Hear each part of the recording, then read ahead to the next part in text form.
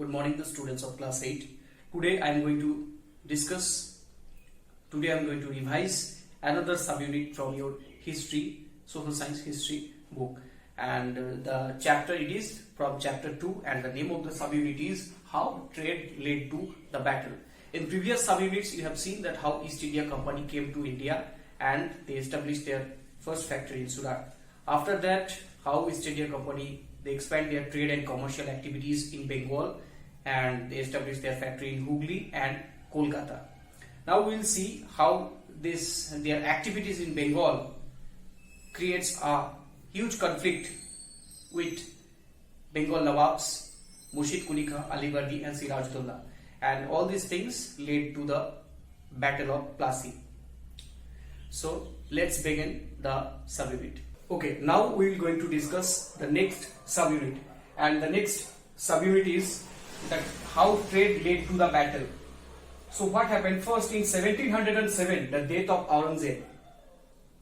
After the death of Aurangzeb, the local rulers, you have already know, like Murshid Quli Khan and rule on the Bengal. So they never gave any chance to the British to establish their dominion over India and as well as in Bengal. So after Murshid Quli Khan, Alivardi and Sirajudollah became the Nawab of Bengal, and they never gave any chance to the British to flourish in the Bengal. So they refused to grant concession. So at the time, what concessions they got previously, as well as they want more concessions. The British East India Company want more concession from the Bengal Nawab for their trade and commercial activities, because they thought that if only Bengal government give them some concession, then only the trade and commercial activity of Bengal could flourish, and as well as the British could earn some more money. They are despotic rulers, so they refuse to grant concession as well as they demand large tributes.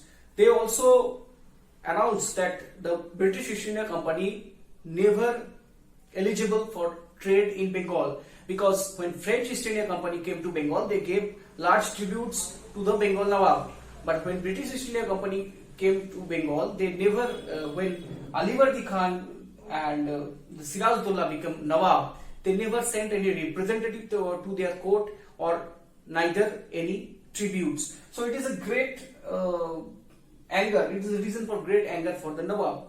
As well as because at that time the British East India Company started minting their own coins, despite the Bengal had its own coin.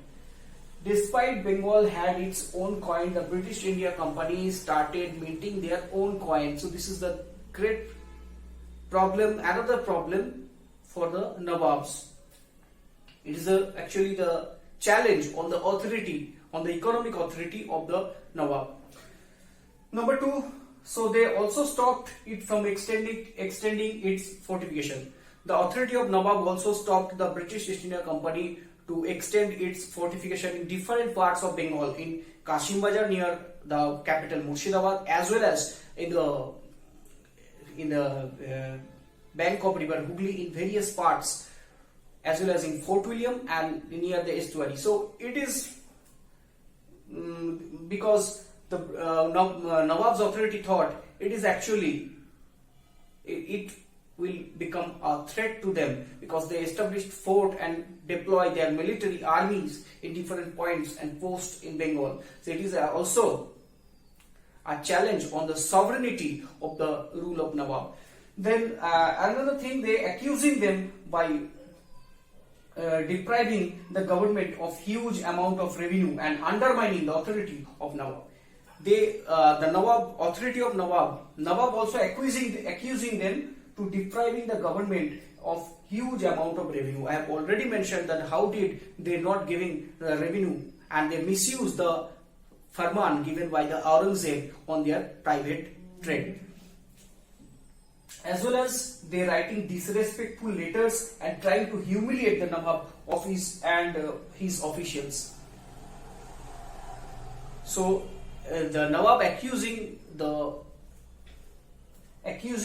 of the British authority that they had writing some disrespectful letters, and also the undermining the and humiliate the Nawab and his officials.